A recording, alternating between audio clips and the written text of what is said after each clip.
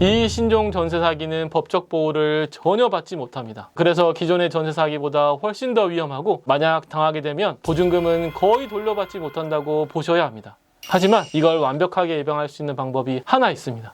네, 안녕하세요. 여러분들의 민생구조대 민사전문 정재원 변호사입니다. 요즘 급격히 늘고 있는 신종 전세 사기가 또 나왔습니다. 지금 피해 사례가 많은데 생긴 지 얼마 안 돼서 많은 분들이 모르시고 계십니다. 바로 신탁 사기입니다. 이 신탁 사기가 다른 전세 사기보다 더 무서운 이유는 법적으로도 임차인을 전혀 보호해주지 못하는 구조이기 때문입니다. 이 신탁 전세 사기에서 말하는 부동산 신탁이라는 건 쉽게 말해서 부동산을 제3자인 신탁회사에 맡겨서 관리하게 하는 제도입니다. 예를 들어 건물을 신축한 건축주가 은행에서 자금을 대출을 받으려면 은행은 건축주 개인을 신뢰하기 어렵기 때문에 소유권을 신탁회사로 잠시 이전해 두게 합니다. 이런 경우 신탁법상 용어로는 건축주를 위탁자라고 하고 신탁회사를 수탁자라고 하는데요. 신탁법에 따르면 부동산이 신탁이 되면 그 소유권은 대내외적으로 수탁자에게, 그러니까 신탁회사에게 완전히 이전되게 됩니다. 즉 등기부상으로도 그렇고 법적으로도 부동산의 소유자는 수탁자인 신탁회사로 바뀌고 건축주는 분양수익 등을 신탁회사로부터 정산을 통해 나중에 받는 구조가 되는 거죠.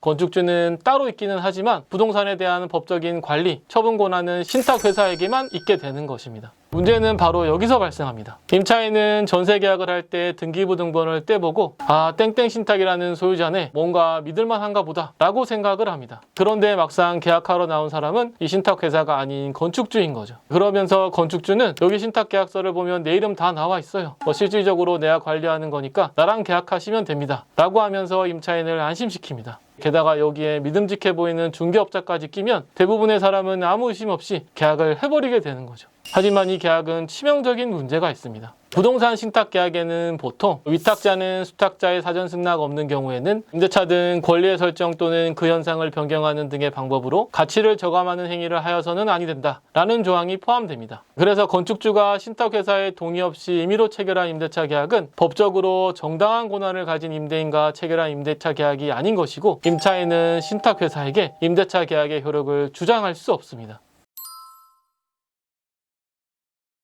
결론부터 말씀드리면 신탁 전세 사기는 법이 아예 보호해주지 못하는 사기이기 때문에 훨씬 더 위험합니다. 기존 전세 사기와는 차원이 다른 리스크가 있습니다. 일단 신탁 사기를 당하게 되면 주택임대차보호법의 적용을 받을 수 없습니다. 주택임대차보호법에 따르면 주택의 임차인이 전입신고를 하고 계약서에 확정일자를 받아두면 주택의 소유자가 바뀌더라도 임대차 계약관계를 주장할 수 있는 대항력이 생기고 또 보증금에 대해서는 경매나 공매에서 우선 변제를 받을 수 있습니다. 그런데 이 임대차보호법은 그 주택에 관하여 적법하게 임대차 계약을 체결할 수 있는 권한을 가진 임대인과 임대차 계약을 체결한 경우에만 적용이 되게 됩니다. 신탁사의 동의 없이 건물주와 체결한 임대차 계약은 적법하게 임대차 계약을 체결할 수 있는 권한이 없는 사람과 임대차 계약을 체결한 것이기 때문에 이 주택임대차보호법의 보호를 받을 수 없습니다. 그래서 신탁사는 권한이 없는 자와 임대차 계약을 체결한 임차인에게 적법한 임차권이 없음을 주장하면서 주택을 반환하라 라는 청구를 할 수 있고, 임차인은 이런 신탁사의 청구에 대해서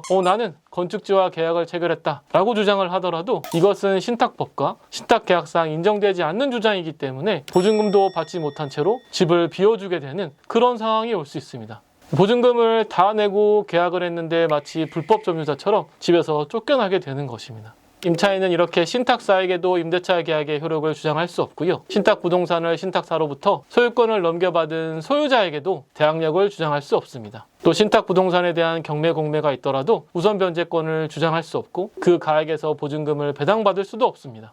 만약 건물주가 신탁사로부터 신탁부동산의 소유권을 다시 찾아온다면 임차인은 적법한 권한을 가진 자와 임대차 계약을 체결한 것이 되어서 그때는 임대차보호법상 보호를 받을 수 있게 됩니다. 그래서 건물주가 임대차 계약을 체결할 때 내가 곧 소유권을 다시 신탁사로부터 찾아올 것이니 걱정하지 말라 말을 할 수도 있는데요. 이것은 확실하지 않고 또 그렇게 되지 않았을 때 앞서 말씀드린 신탁 사기의 사태가 벌어질 수 있습니다. 앞에서 말씀드린 것처럼 집에서 쫓겨난 임차인은 계약서상 임대인인 건물주에게만 보증금을 반환해달라고 할 수 있는데요. 이런 위험한 형태의 임대차 계약을 체결하려고 하는 건축주는 재산이 부족한 경우가 대부분일 것이고, 또 만약 임대인이 재산이 없다면 임대인을 상대로 하여 판결을 받더라도 보증금을 반환받을 수 없게 되는 것입니다. 그러니 주의를 하셔야 합니다.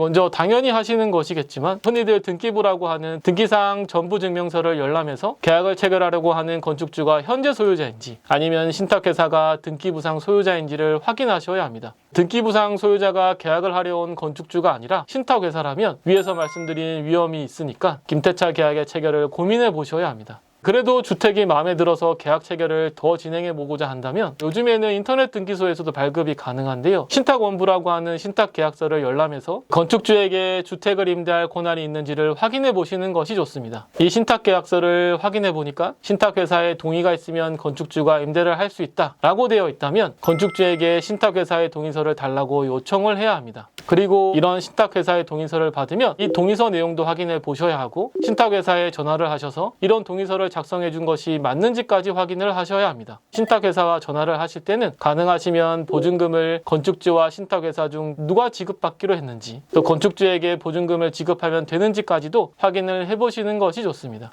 이렇게 신탁회사의 동의를 받아서 임대차 계약을 하신 경우에는 적법한 권한을 가진 자와 임대차 계약을 하신 것이기 때문에 신탁회사에게 임대차 계약의 유효함을 주장할 수 있고 또 임대차 보호법에 따른 보호도 받을 수 있게 되는 것입니다. 그러니 이 신탁회사의 동의를 받은 경우에만 임대차 계약을 체결하시고 이런 동의를 할 수 없는 경우에는 다른 확실한 담보를 제공받는다거나 하는 특별한 안전장치가 없는 한 임대차 계약을 체결하시지 않는 것이 안전합니다. 오늘은 법도 지켜주지 못하는 무서운 신종 전세 사기인 신탁 사기에 대해 알아봤습니다. 말씀드린 내용 꼭 기억하시고 미리 전세 사기를 예방하셔서 안전한 계약을 진행하시길 바라겠습니다. 더 궁금한 점이 있으신 분들께서는 댓글 남겨주시면 제가 직접 답변을 남겨드리도록 하겠습니다. 지금까지 여러분의 민생구조대 정재현 변호사였습니다. 감사합니다.